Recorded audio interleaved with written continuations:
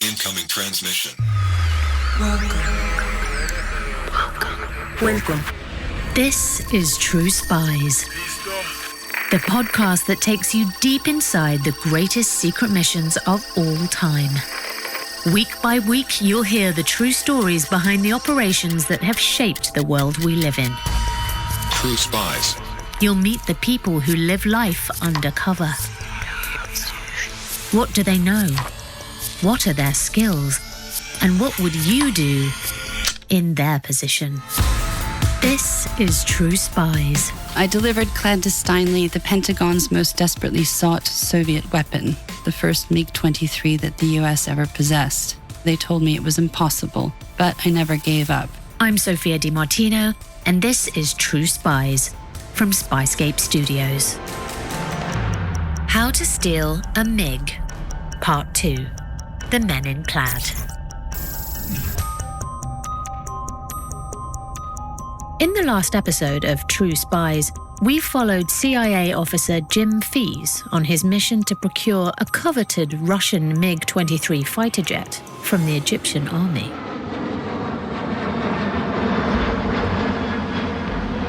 The United States had its own swing-wing fighters. It had the F-111, had the F-14.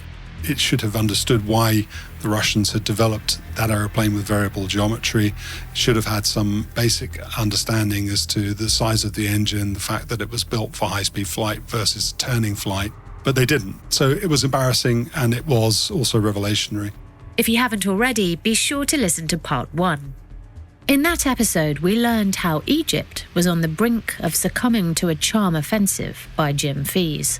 They were this close to handing over one of its cutting-edge Russian-made MiG-23s to the CIA man. He'd seen the manual, they'd flown in the plane, but Egypt was still withholding when it came to sealing the deal and handing over the hardware.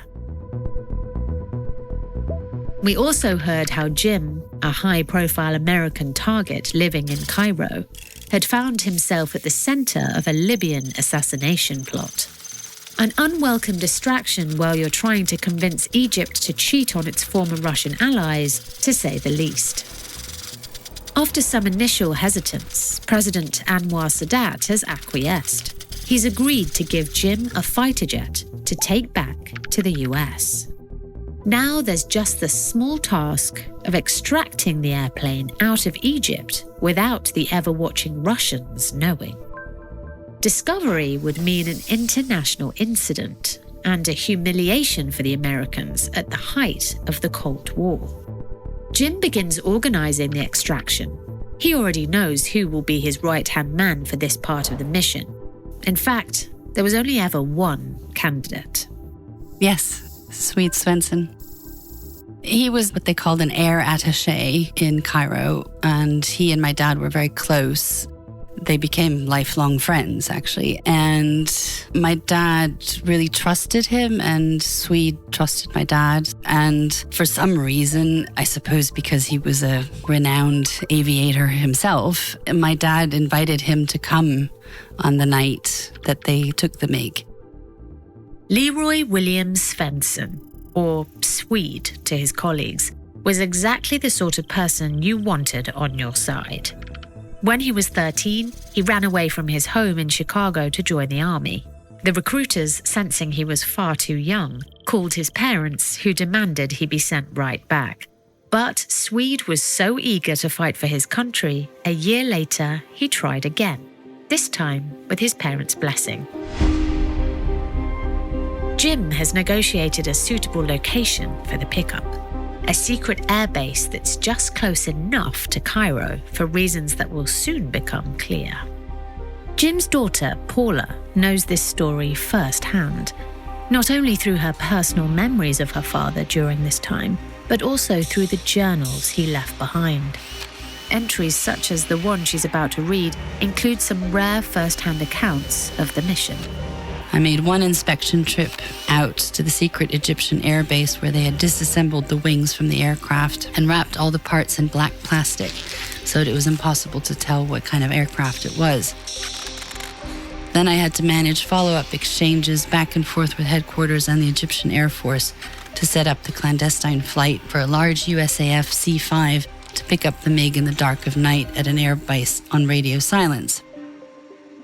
The C-5 Jim wrote about is the Lockheed C-5 Galaxy. It was the US military's largest aircraft and was chosen for extracting the MiG-23. Steve Davies is an aviation expert and former journalist who we met in episode 1. So C-5 was a very large 4-turbofan-equipped transporter used by the United States military. It's also both the best solution and biggest problem for Jim. On the one hand, it's a formidable machine that is capable of transporting large cargo over long distances, perfect for smuggling out the MiG. On the other, it's not very subtle. It's big enough that you could easily fit 6 Apache helicopters inside, and it's famous for having a distinct sound. Distinct might be something of an understatement.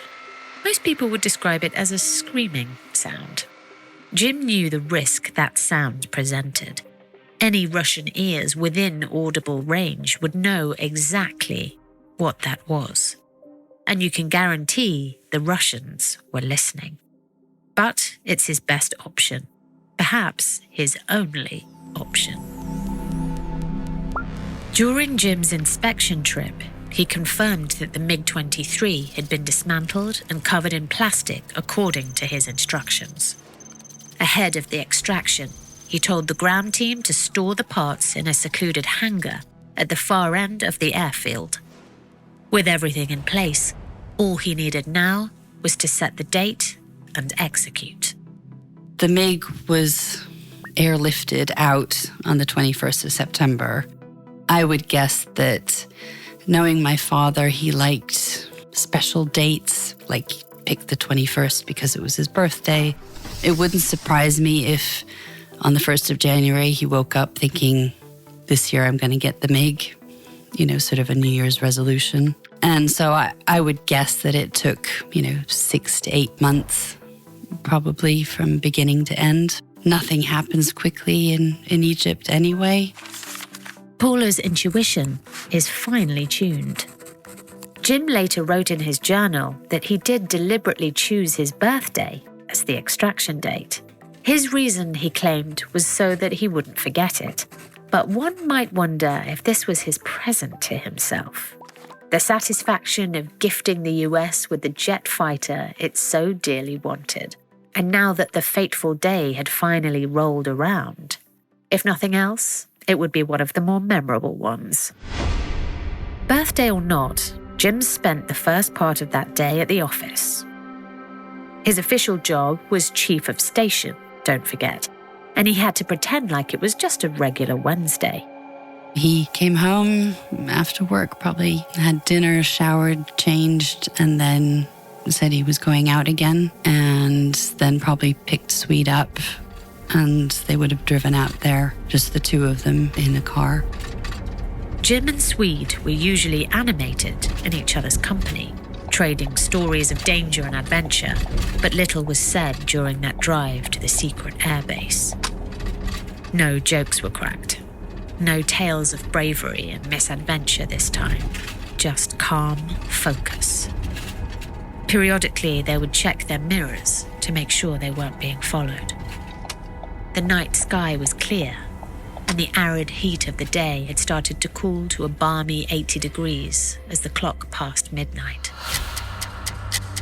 Perfect conditions for a covert nighttime landing, even if that is a 190-ton transport aircraft with no lights or radio communication. So Military Airlift Command, MAC, was the command that operated the flight, and it would have come from one of the hubs in the US. It might have been Dover, I don't actually know. It flew under the auspices of a transport flight that was going into Cairo West International Airport, and it flew through the dead of night, arriving in Cairo, made all the usual communications that you would expect with air traffic control. But at some point, as it approached Cairo, turned off its navigation lights, stopped talking to air traffic control, and then flew at low level down the Nile to a secret airbase. For an operation like this, its standard procedure not to mention common sense, that the C-5 crew fly lights out and in radio silence. Despite its gargantuan size, the C-5 would have effectively been invisible. All Jim could do was watch intently from the hangar where the dismantled MiG-23 was stored. He had a tendency to go very quiet and still, I think. So he probably would have been internally excited and a little bit anxious, but he probably then would have just been very quiet, waiting for the sound of the plane coming in. For the C-5 pilots, the bright lights of Cairo started to narrow to twin strips of the suburban sprawl and industrial districts that flank the Nile, heading south until the aircraft achieved a visual on its final destination. The crew have been specifically trained for conditions like this, but there's still a lot that can go wrong. There was massive risk. There were very substantial stakes that were involved in making sure they got it right. So the deception had to be well executed. The radio comm had to sound convincing. And then flying at low altitude would have required that they get the navigation spot on, because if they'd missed the airbase and landed at the wrong place, then that would have been particularly embarrassing. And that's happened before. Landing at the wrong airport wouldn't have just been humiliating. It would have been a disaster for the Americans. What's more, with radio communication off limits for the landing, the only signal from the ground was a single green flare to confirm that the runway was clear for landing. But anyone who had been listening to air traffic control would have heard a different story.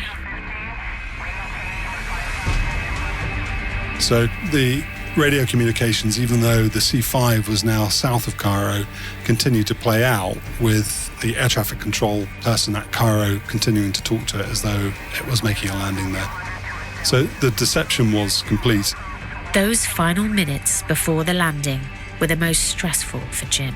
Despite his best laid plans, everything was now out of his hands. All he could do was watch.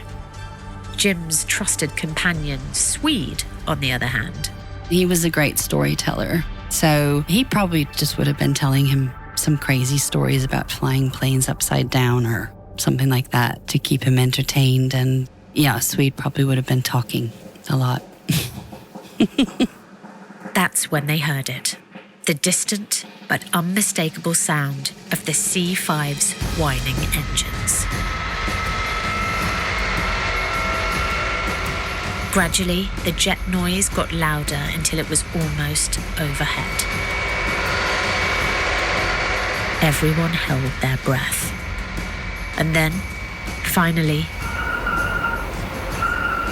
the glorious sound of rubber on runway. With the C-5 safely on the ground, the clock was ticking louder than ever. The ground crew sprang into action. They were all too aware that the cargo needed to be loaded and back in the air before dawn broke over the pyramids. Sunrise was 5 hours away, providing an immovable deadline. Missing it would mean an overnight stay for the C-5 and its crew without leaving the hangar. This would add hours of potential visual exposure, a risk that they simply couldn't take. Jim watched intently as the cargo ship slowly taxied over to the hangar where the dismantled MiG-23 payload was stored on container loaders, or K-loaders. Once safely inside the warehouse, the C-5's huge nose, or visor, opened to reveal its cavernous, empty belly. Really the only thing that you can see as you get off this C-5 is this K-loader with a very pointy, odd-shaped thing with 3 undercarriage legs sticking out of it, and then on another K-loader, other shapes that resemble wings and tails. Jim had 2 teams to oversee during this precarious stage of the operation. First, the Americans. Milling around these 2 objects are a bunch of Western-looking guys wearing check shirts and flannel suits and that sort of thing with clipboards who are moving around inspecting, making sure that everything is secure because they're going to want to put it on the aeroplane and then go quickly. And then the local ground crew. Jim had to make sure everything was executed perfectly. He would have been saying, nope, don't do that, and not like that, and lift it this way. And probably not with the US crew, but certainly with any Egyptians on the ground, he would have been saying, this is really important, you have to do it right, and this is the way you do it. He would have been directing operations for sure. Under Jim's watchful eye, the dismantled MiG-23 was correctly loaded onto the C-5. With the precious cargo securely strapped in, all that remained was for the huge visor to descend and for the C-5 to taxi back to the runway for takeoff. Of course, it still couldn't make radio contact with control, or expect luxuries such as turning on its lights. Stealth mode remained very much activated. The MiG-23 is loaded, and it's now going to get out of there as quickly as possible, because if anybody sees a C-5 taking off from that secret airbase, the game is up. It's going to be very, very clear what that aeroplane is doing. It only does one job, which is to carry things long distances between one place and another. Jim's prior coordination with Cairo West's radio control meant that anyone listening in would have heard the C-5 make a landing at the military airport near the capital. But the Russians weren't naive. They knew that Egypt's stock of Soviet military hardware was at risk of falling into US hands. The KGB almost certainly would have deployed its own spies to keep tabs on it. And if so, there was a very real chance that they could have followed Jim or the Egyptian ground crew out to the secret airfield. It was vital to remain cautious. It's going to be a no communications or a radio silent departure from the airfield, a transit back up north, overhead Cairo, and then probably some kind of fake radio communication from air traffic control initially to say that the C-5 is taking off from Cairo. And then once the C-5 is actually overhead, real communication, radio communications to clear the C-5 out into international airspace to the northwest. With the fake takeoff completed and normal radio communications resumed, Jim and Swede had succeeded. In effect, for Jim, the active operations of this particular mission had come to an end. It was back in the hands of the US Air Force now.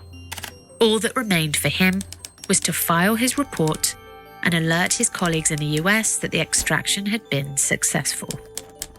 Finally, after a long, stressful night, Jim and Swede could head home. But with the adrenaline rush, it wouldn't be straight to bed. I think he just would have dropped Swede back and then come home and poured himself a whiskey. Jim later added the following entry into his journal. We've asked Paula to read an extract. I delivered clandestinely the Pentagon's most desperately sought Soviet weapon, the first MiG-23 that the US ever possessed. My first 3 years in Cairo, they told me it was impossible, but I never gave up. By 1977, knowing the Egyptians at the top very well and inside out, I decided to do it cautiously in 3 stages to eventually obtain an actual MiG-23 that I could deliver to my country for its defense against the Soviets and any other countries that used the MiG-23. I was at the secret Egyptian airfield for the transfer of the MiG-23 with our air attaché, Brigadier Leroy Swede Svensson, whom I invited along as we were very close and trusted each other fully. I was present throughout as the C-5 landed, loaded the wrapped-up MiG-23 and departed in total radio silence around midnight. This was the first step in our creating in Cairo Station a major SOVMAT program. SOVMAT is CIA speak for Soviet material.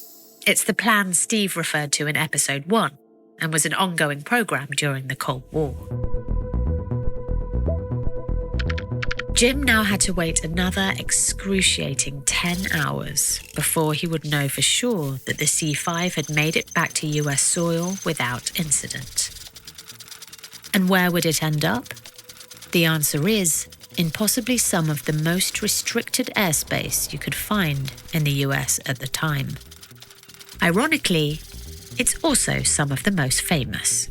They ultimately landed at Area 51, which was at that time a secret airbase that's about 90 miles northwest of Las Vegas in Nevada and was home to foreign military exploitation of MiGs and Sukhoi jet fighters.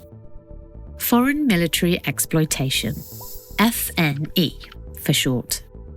If you discount the UFO conspiracy theorists who say that UFOs and aliens are operating there, all of the US military's most secret aerospace projects where you need a long runway, you need to be able to operate in airspace that is not being watched visually or electronically by your adversaries, then Area 51 is the place to go and do it.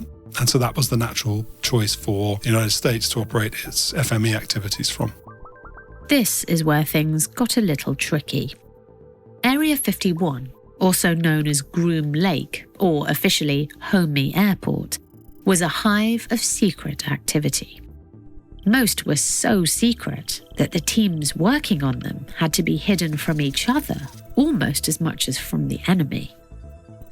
Groom was originally home to the U-2 program. Sometimes people say don't call it a spy plane because it's a reconnaissance aircraft, but everybody knows the U-2 as the very long-winged glider-looking spy plane. It was also home to the SR-71, which is the Blackbird, which is the Mark 3.3, Mark 3.4 spy plane that is very well popularized these days. And it's home to all of America's most secret projects. The United States isn't unique in having a foreign military exploitation program, but it might be the only one that is quite so developed. During the 50s and 60s, it was a simpler operation. Anytime a new asset, a jet fighter, for example, was secured, there would be pilots on hand that specialized in putting enemy craft through its paces. It soon became apparent that this wasn't going to be enough. The US Air Force stood up 2 squadrons that would focus almost exclusively on conducting FME. One of them is called the Red Eagles, which is a squadron whose job it is to go out and exploit from an operational point of view, i.e. how do we beat this thing with our own aeroplanes? How do we teach our pilots to beat this thing if they come against it in combat? And the second squadron was called the Red Hats, which is a technical exploitation squadron. And their job is to just understand what can this aeroplane do? What's it made out of? How is it built? How is it used? Does it go fast? Does it go slow? How high can it go? How low can it go? And to understand what its performance capability is, not to figure out how to employ tactically against it. The first crew to get its hands on the MiG-23 was the Red Hats. The exploitation program for this specific aircraft had been given the codename HAV-PAD. The Red Hats got straight to work. As Steve mentioned, the Red Hats' job wasn't to form a tactical opinion on the MiG-23, it was just to understand it technically. So they go through this entire gamut of technical exploitations where they're understanding whether or not the MiG-23 is really what it was made out to be. And the big one is the speed. The aeroplane can accelerate absolutely brilliantly, and it can keep accelerating to the point where actually it becomes unstable to fly. You'll remember from part 1 Steve talking about how the US Air Force's early intelligence suggested the MiG-23 wasn't fast, but was highly maneuverable. You'll also remember that when the Egyptians granted General Secord permission to test fly one, he was quick to report back that the early intel was wrong. The Red Hats conclusively confirmed that the MiG-23 was in fact incredibly fast, and it didn't handle all that well at all. This meant that the US Air Force tactics manuals at the time, which still advised pilots to avoid trying to outmaneuver the MiG, were horribly misinformed. Once the Red Hats are done with their technical exploitation and they understand, therefore, the performance characteristics of the aeroplane, it's time to hand it over to what would become the Red Eagles, which is a group of pilots who are going to go out and perform the tactical exploitation, i.e. how do you use this aeroplane to fight against an F-4 or an F-15 or an F-16? How do we beat this aeroplane? And so the man that they choose to head that effort is Major Ron Iverson. And he is responsible for going out, building out a test program that will see the HAV-PAD article used and flown against a variety of US pilots flying a variety of US hardware. The Red Eagles spent the next few weeks putting the MiG-23 through its paces in more combat-like situations. This was the squadron's chance to see how it really handled. The lone test flight back in Egypt was useful, But the formation flying and simulated dogfights were really what the US military had been after. They find out that if the two aeroplanes are approaching one another and the F-15 turns into the MiG-23 in an attempt to shoot it down, by the time the MiG-23 has flown past and the MiG-23 has completed its turn, the MiG-23 is now too far for the F-15 to be able to actually shoot it and kill it. For active pilots, this would be vital information. Tactical manuals had been giving American pilots bad advice. Any future air battle without the Red Eagle's reports could end up in a fatal decision on the battlefield. But the relationship between military intelligence and international relations or diplomacy is a complicated one. There's definitely a dilemma when it comes to developing intelligence like that which came out of the HAB-PAD exploitation. And you can see this going back in time. If you take, for example, World War II, the Allies developed chaff, which is thin strips of aluminium that you would trail behind an aeroplane, and it would confuse the radar of your adversary so that they didn't know where you were. And they didn't want to use that capability because they didn't want the Germans to know they had it. But little did they know that the Germans had also developed that capability. The Germans didn't want to use it because they didn't want the Allies to know. So there is this strange sort of paradox that goes around developing intelligence. There's a pattern here, if you can spot it. In the same way that General Secord had to pretend to his Egyptian counterpart that he'd never seen a MiG jet before, let alone flown one, the CIA sometimes has to make a call about what to do with its intelligence. The lesson here is what your enemy thinks you know is sometimes more important than what you actually know. It is the strangest thing, and I can only imagine that the sources and the methods were deemed to be so secret that the decision was made that American fighter pilots would figure out pretty quickly if they went up against MiG-23s, they could outturn them. And in exchange for holding that intelligence, we preserve the integrity of our relationship with Egypt. Because, if it had been very sort of boldly stated that the United States was getting hold of these things, or if it had been leaked through somebody talking incautiously that Egypt had given the United States a MiG-23, then it's possible that from there on, the other acquisitions that they were looking to make around surface-to-air missiles and other aircraft and systems and capabilities would have dried up. Back in Egypt, Jim's involvement with this particular MiG-23 may have been over, but he was still actively negotiating with President Sadat for even more hardware. They very quickly got hold of what the Americans called HAV Boxer, which was an air-to-ground version. And I think I'd be very surprised if Jim wasn't central to all of those things. And then over time, Egypt supplied, I don't remember off the top of my head how many, but, sort of 10, 12 MiG-23 airframes in total. And I suspect he would have been instrumental in making that happen. He would receive feedback from headquarters of the Pentagon as to what was happening and what they'd discovered about it in due course. I know he was told later on that it had saved the Pentagon billions of dollars in R&D because they had the plane, and so they were able to, study it and see how to fly against it without having to research it and test it themselves. Billions of dollars. Not bad for one man with a 3-step plan. Of course, much information on the SOVMAT program and asset exploitation in general is still highly classified. According to some reports, as many as 12 MiGs may have been handed over to the Americans as a result of Jim's efforts. In return, the US Air Force supplied a reported 36 F-4Es to the Egyptian military.